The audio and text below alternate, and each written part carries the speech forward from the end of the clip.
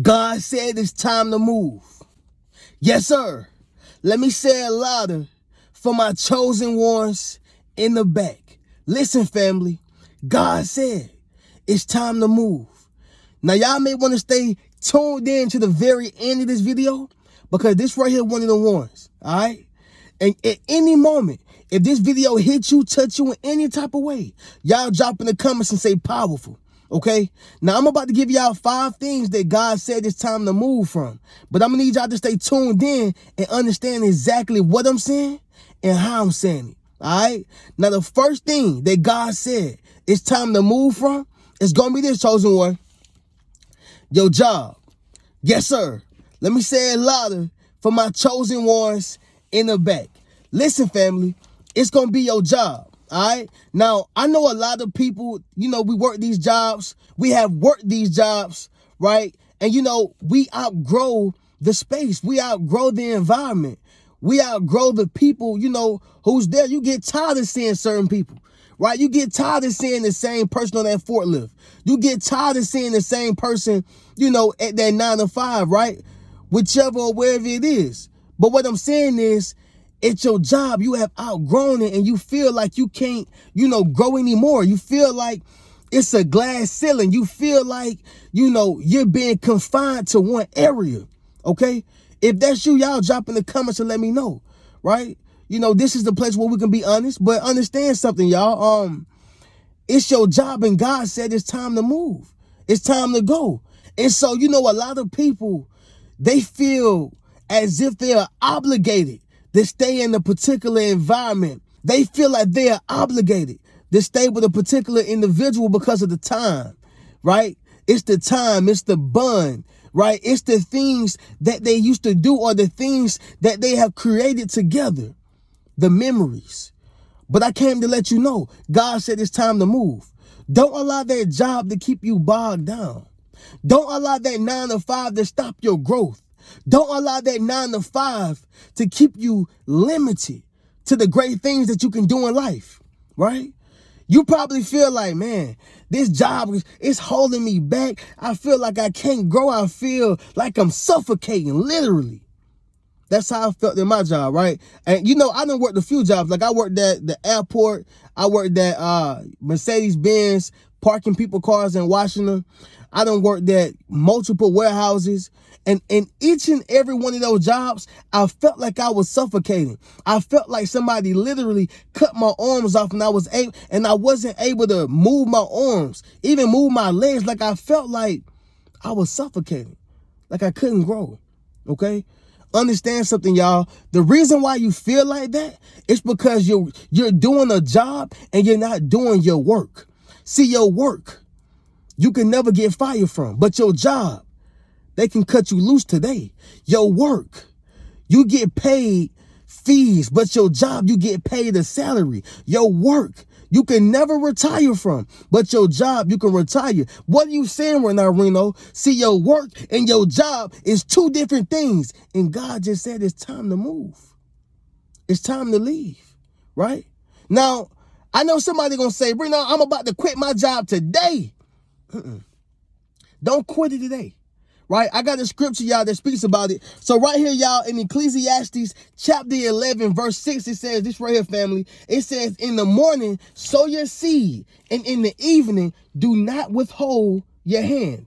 For you do not know which will prosper, either this or that, or whether both alike will be good. Okay? Let me say it once again, y'all. Louder for my chosen ones in the back. It says right here in Ecclesiastes chapter 11, verse 6, it says, in the morning, sow your seed, and in the evening, do not withhold your hand, for you do not know which will prosper, either this or that, or whether both alike will be good. Reno, what are you saying right now? Well, what I'm simply saying, y'all, is a lot of people want to quit their job.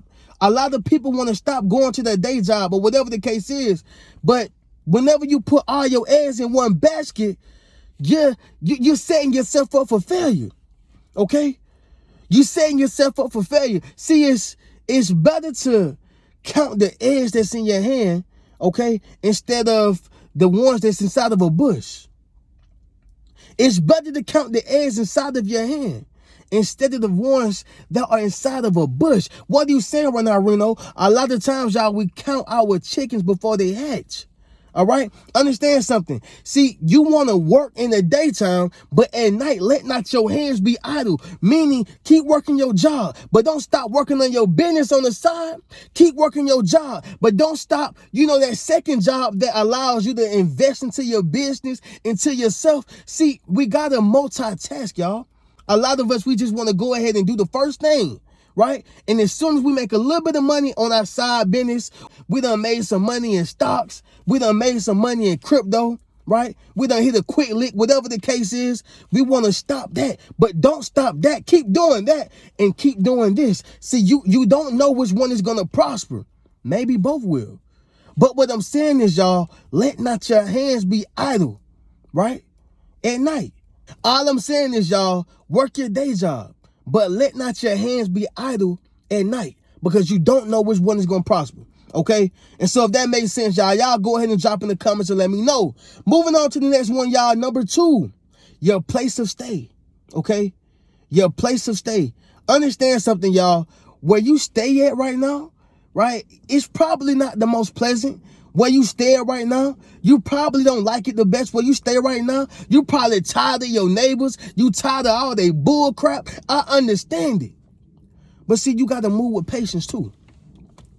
Yeah, it's time to move, but he didn't say move recklessly. He didn't say move without no plan. He didn't say move without no strategy. He didn't say move just to be moving, right? In all that you do, we got to seek understanding and wisdom. And so all I need y'all to understand is as you continue to move, continue to be smart and continue to be wise and continue to be patient. See, right here, y'all, in Proverbs chapter 16, verse 32, it says this right here. He who is slow to anger is better than the mighty, and he who rules his spirit than he who takes a city. Okay? Let me say it once again, y'all. Louder for my chosen ones in the back. It says this right here, y'all. It says, he who is slow to anger is better than the mighty, and he who rules his spirit than he who takes a city, right? So that simply means that, a person who is able to move with patience, okay, slow to speak, they're going to be quicker to succeed faster than somebody who is considered to be the almighty, the top dog, and somebody who rules a city. Okay? And so what happens is a lot of people don't understand the importance of moving with patience. You got to move with patience. You got to move with patience. Okay? So understand that, y'all. Number 3 is going to be this, family. Your relationship. God said it's time to move from that relationship. Yes, sir. It is time to move from that relationship, right? And when I say relationship, y'all, I don't care what ship is on. I don't care what ship is on. I don't care who it is. I don't care where it is. But the relationship that doesn't serve your purpose, it's time to move. The relationship that doesn't serve its mission, it's time to move. That relationship that is holding you down and slowing you down, it's time to move. I'm talking about that relationship. Okay? Yeah, the people who hit your phone and they don't have anything to offer but drama and negativity. The people who come inside your circle and don't have anything but to offer drama, negativity, right? Those type of individuals. Understand something, y'all. It's time to move, right? It is time to move. 1 Corinthians chapter 15, verse 33, y'all, it says this right here. Do not be deceived. Evil company corrupts good habits, okay? Let me say it once again, y'all. Louder for my chosen ones in the back. Understand something, y'all. Do not be deceived. Evil company corrupts good habits, right? And so, again, with these relationships that you decide to indulge yourself in, you got to be mindful, y'all. Everybody don't have your best interests at heart. Everybody don't want to see you win. Everybody don't want to see you succeed. So what does that mean? That means that God said it's time to move, right? It's probably that same circle that as soon as you came out of jail that was waiting on you. That same circle, who lied on you, slandered you, and was two-faced towards you, that was waiting on you just to do it all over again. That vicious cycle that you can't escape from. What are you saying right now, Reno? God said it's time to move. Okay? Understand that, y'all. We're going to move on to the next one, all right? Which is going to be number 4, your friendship, okay? Number 4, your friendship, all right? Understand something, y'all. A lot of friends are not friends, okay? In my opinion, y'all, it's better to have 1,000 snakes on the outside, right, than to have one on the inside. What does that cause? Infiltration. What does that cause? Infiltration. And so the fact that you have, a snake on the inside, you don't know where it is. You don't know what it's doing. You don't know how it's moving inside of your house. Rena, what are you saying right now? Those who cause infiltration can sink your whole ship. Those who cause infiltration can sink your whole ship. Okay? And so you got to be mindful of that, chosen ones. You got to, right? And so we're going to move on to the next one, y'all, which is number 5. All right? And that's simply marriage. Okay? That's going to be marriage. Right? Now, this right here is going to be, it's a bit more touchy. And I get it. I understand it. But, what I'm about to say is going to be real, y'all. Now, in the Bible, it tells you that you should only get a divorce of this one thing. If this one thing happens, that's the only time you are permitted to get a divorce, right? Which is understandable. But I have 2 more things. And so this is only in my opinion, right? I'm a human being just like you. But what I'm about to say, y'all, makes sense. And so, yeah, y'all, number 5 is going to be this marriage, okay? And so I want to say this.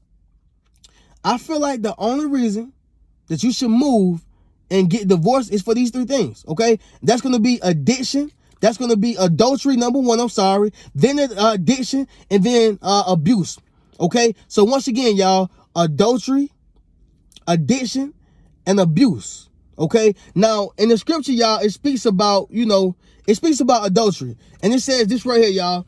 Matthew chapter 5, verse 31 through 32, it says, "Furthermore, it has been said, whoever divorces his wife, let him give her a certificate of divorce. But I say to you that whoever divorces his wife for any reason except sexual immorality causes her to commit adultery.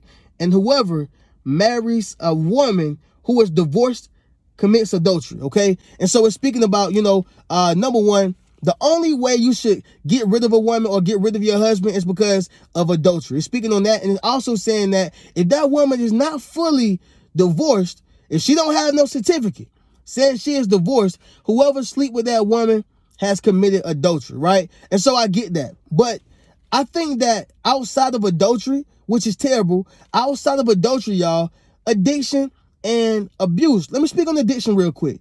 So if a man is addicted to anything, I believe that he would destroy his life and anything that comes along in his path. I believe that. If a person is addicted to gambling, they will lose a house. They will lose their life. They can lose their kids. They can lose anything. Why? Because they have an addiction and they are controlled by fleshly desires.